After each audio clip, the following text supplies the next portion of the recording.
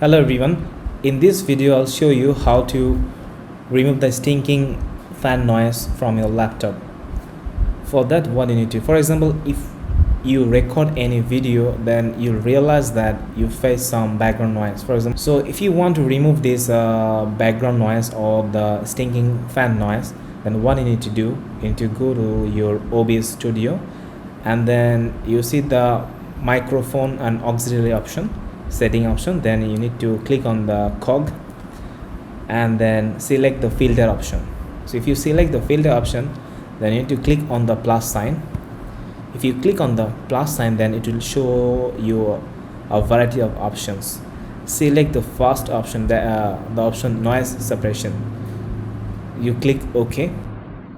Now you need to drag this bar to left to maximize your noise suppression.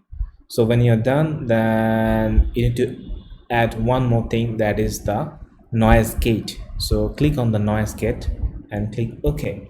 So what is the benefit of the noise gate is, sometimes when we speak, then we have a low voice and then high voice. So what noise gate do is, like, it brings the sound into a threshold, so you don't have the variety of high and low voices. So this is all. Then you click close.